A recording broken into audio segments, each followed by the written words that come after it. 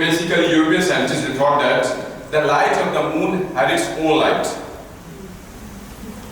But it is recently, a few years ago, I should not say a few centuries, a few years ago, we have come to know that the moon, the light of the moon is not its own light, but it's the reflected light of the sun. Allah subhanahu wa ta'ala says in Surah Qur'an, chapter 25, verse number 61, which says that Tabarakallazi ja'ala fis samai burujan wa ja'ala fiha sirajan wa qamaran munira. Blessed is he that he made the constellations in the skies and placed them in a lamp and moon and a giving light.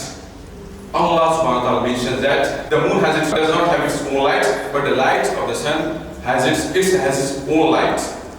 The Arabic word for the sun is Shams, mentioned in this verse of the glorious Qur'an, and its light is always described as Siraj, meaning torch, Wahaj, meaning blazing lamp, and Diya, meaning shining glory. All three descriptions of the glorious Qur'an, this word, are appropriate to the sun since it generates intense heat and light. Imagine, this is the beauty of the Qur'an in one Arabic word. It is explaining the 3 or 4 meanings of which we require English word, 3 or 4 sentences to explain one Arabic word. This is the beauty of the Qur'an. Allah subhanahu wa ta'ala says that the light of the sun is its own light. The Arabic word for the moon is qamar, and its light is always described either as munir, meaning borrowed light, and nur, meaning the reflected light. There is not a single verse of the glorious Qur'an which says the light of the moon, that the moon has its own light.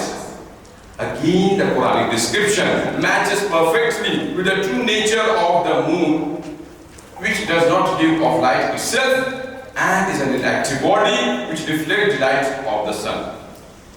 And not once in the Quran is the moon referred as Siraj, Wahaj, Diya, and sun as Munir or Nur. This implies that the Quran recognizes perfectly difference between the sunlight and the moonlight. But if you read the Bible in book of Genesis chapter number 1, which says that God created 2 lights, the sun and the moon, each having its own light. The sun governs the day and the moon governs the night, and each having its own light. The Arabic word for the star is Najm, and its light is described as Saqib, but meaning by the time it reaches the earth, it loses its brightness. It burns itself. Allah subhanahu wa ta'ala mentioned this fact in several places of the glorious Quran, including Surah Yunus chapter 10 verse number 5, Surah Nuh chapter 71 verse number 12 and 14. It's mentioned in Surah Tariq chapter 86 verse number 1 to 3.